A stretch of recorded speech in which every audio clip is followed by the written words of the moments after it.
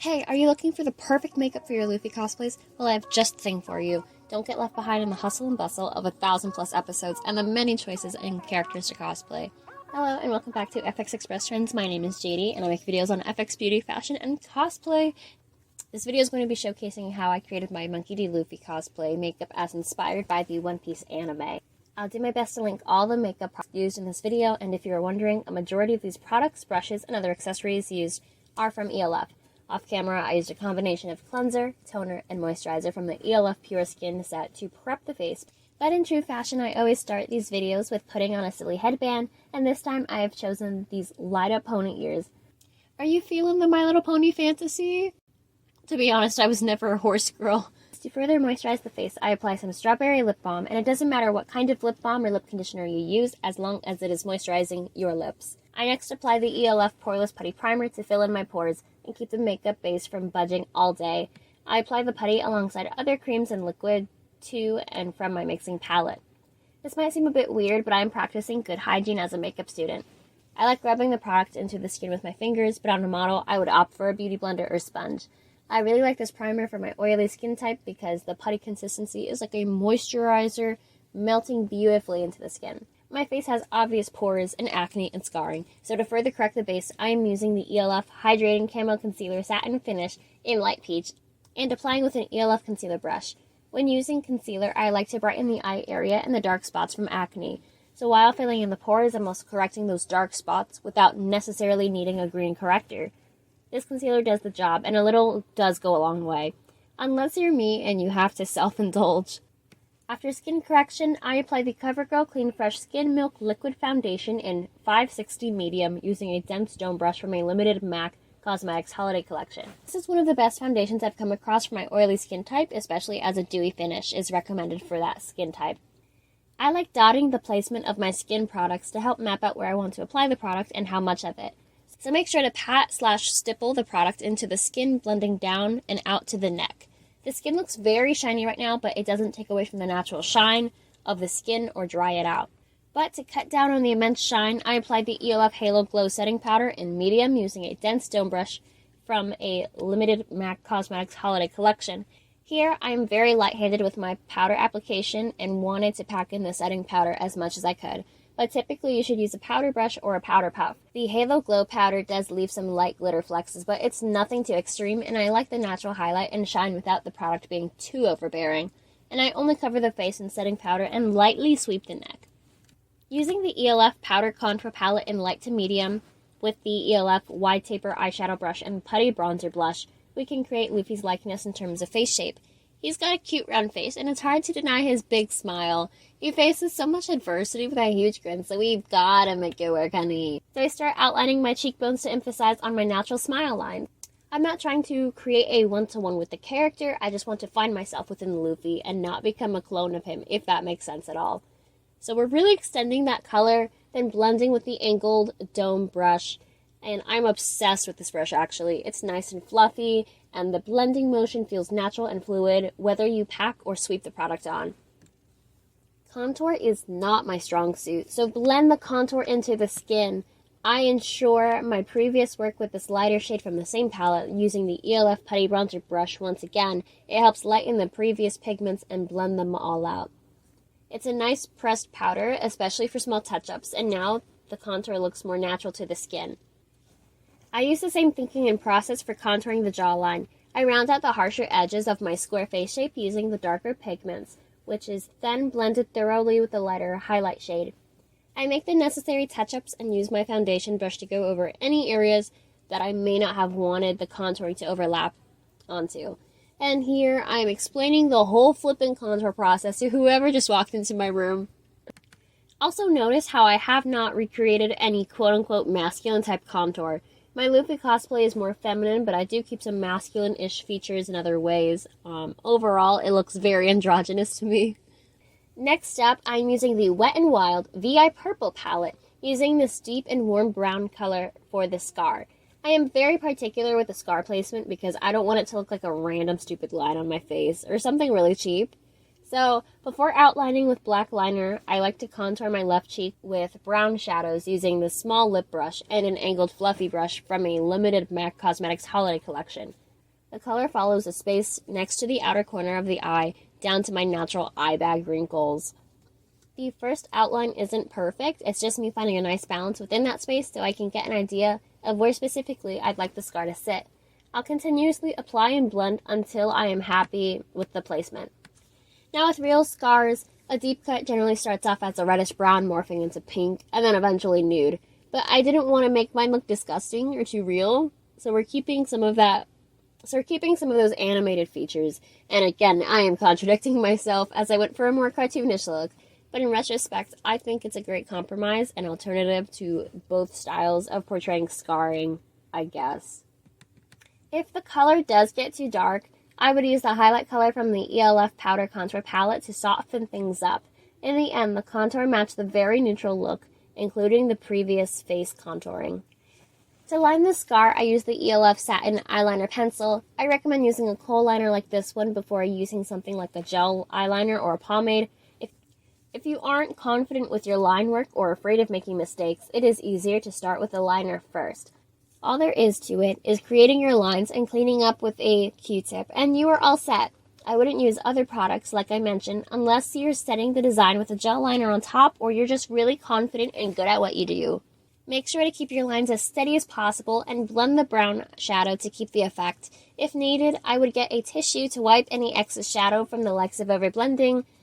My perfectionism mixed with the unease of my work was not having it that day. So as for the stitches, I eyeballed 2 short lines, the first line being diagonal and the second line being straighter on the curvature of the scar.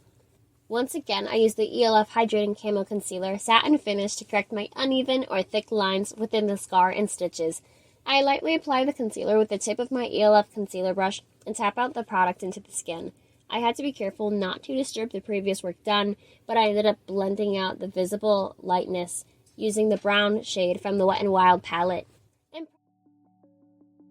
Congrats on making it this far in the video. If you have gotten this far, make sure to comment this emoji to join the intermission club. Thanks for sharing the channel some love. Now here is my shameless promo. If you currently like what you see, please make sure to check out these links. While I mainly post on YouTube, you may find more makeup on Pinterest, fashion on lookbook.mu, and cosplay on Fanguru. To support the channel, you may check out my Spring Tea store and my Amazon wishlist. For more links, you may find my link tree in the description box below, which has all of my links conveniently ready for you. Thanks for watching, and now back to the video. Impressed with my work, I used that same concealer to cover my eyelids from the lower lid to the eyebrows, using the E.L.F. eyeshadow brush. If you do not have an eyelid primer to lock the shadow pigments in, concealer is a good alternative. Again, I like using this concealer for its brightness, and I only reach for my eyelid primer if I need tackiness over brightness. It really just depends on the pigment payoff. But before working on the eye look, I clean my limited angled MAC Cosmetics Holiday Collection brush and quickly contour my nose using the E.L.F. Powder Contour Palette. So I contour my nose to make it as small looking as possible, and I round the top of my nose, adding that stupid line across, separating the bridge from the tip. This part is optional, but I like connecting the bridge of my nose to the natural contour line that follows the starts of the brow. I blend everything out and surprise me, highlight the nose with the E.L.F. Hydrating Camo Concealer Satin Finish, my favorite product if you have not figured this out already. And again, we use the E.L.F. Concealer Brush. Any repeat products or brushes are sanitized before use again. For the eye look, we will be using the NYX Ultimate Queen Shadow Palette, the Neutral Palette. I always use these 3 E.L.F. brushes when applying eyeshadow, so I recommend using an eyeshadow brush, a crease brush, and a blending brush. The size of the bristles do not matter as long as you're comfortable with how they apply and blend pigment to your individual eye shape. The concealer has been sitting for a while, so I'd better apply a beige shade all over the covered area from the lower lid up to the brows. Just pack and blend to your heart's content. I now apply a darker taupe color to the crease line and under the eyes. When I'm happy with the placement, that's when I blend out. It's okay if you overblend to the lower lid or the brow bone. It can always be fixed. Now using this deep warm brown shade, I apply the color to the crease, especially the outer corners. I've overblended the previous color a bit into the brow bone so that there would be room for this darker color. I like layering the colors yet keeping the visibility of the prior pigments used. So blend out everything with the fluffy blending brush to keep control of the colors. Using this milk chocolate shade, I apply the pigment under the lash line, not the waterline, and blend out the pigment using this flat angled novelty brush. I then apply some touch-ups of the base beige back into the lower lids only. You could apply concealer to the area if you wanted hyperpigmentation or a more cut crease driven look. Blend everything out again so the brown shading isn't disturbed much by the cloudiness of the beige. And once again, we are using the E.L.F. satin eyeliner pencil and carefully tightlining the waterline and upper lash line to recreate the outlining of the anime eyes. It can be really thick or thin depending on your preference. I desired a thick and bold definition of the eyes though, especially in contrast with the neutral eye look that I am not too fond of. I added a short wing to the outer corners and cleaned up using a Q-tip for a thin wing. In addition, I used my E.L.F. concealer if the lines became too messy or uneven. My original Luffy cosplay is much more feminine, but this look came out more masculine, and I kept this weird balance of androgyny with the help of the eyeliner and the eyebrows, as you will soon see. For the eyebrows, I used the E.L.F. Lock-On Liner and Brow Cream in Espresso. As this is a gel pomade, I made sure to transfer the product from the pan to spatula to mixing palette to face. Give the eyebrows a good brushing so you know where they naturally sit. It will give a good idea as to where you should apply your brow product. Using the E.L.F. small angled brush, I apply the product, feathering it from the start of my brows to the tail.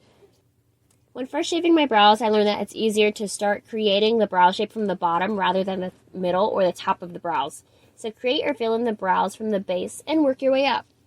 Overall, I filled in any sparseness, redefined the sharp edges, and thickened the height of my natural brows for that masculine effect. Make sure to brush the product in your brows between application and wipe away any smudged product with a Q-tip or a wipe. I personally keep the thin sparseness at the front of my brows alone on purpose just because I think I look weird if I over-exaggerate the starts of my brows.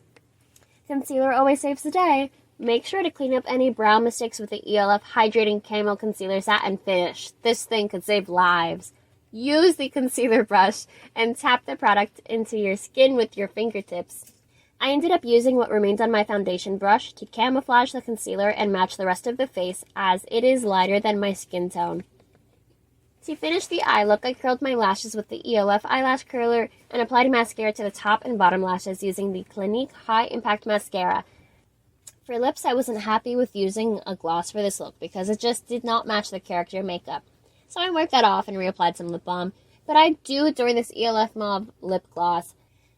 Now is definitely the time for last minute touch-ups, so I applied some beige eyeshadow from the NYX Ultimate Queen shadow palette to the brow bone, outer corners of the eyes, and under the eyes as well. Here, I simply blended and buffed the product into the skin to brighten and blend out any streaks. And with that is the finished look. I got all dolled up to watch the new One Piece live action in my Luffy cosplay. I'm such a dork, but anyways, it was actually really good. They broke the live action curse, and I'm really excited to see live action Bon Clay because Bon-chan is my favorite right now. If you got this far, thanks for watching. Make sure to like for all the hard work on my Luffy makeup, comment your favorite One Piece arc, and subscribe to join my Nakama here on YouTube. Again, thanks for watching, and I will see you guys in the next one. Bye!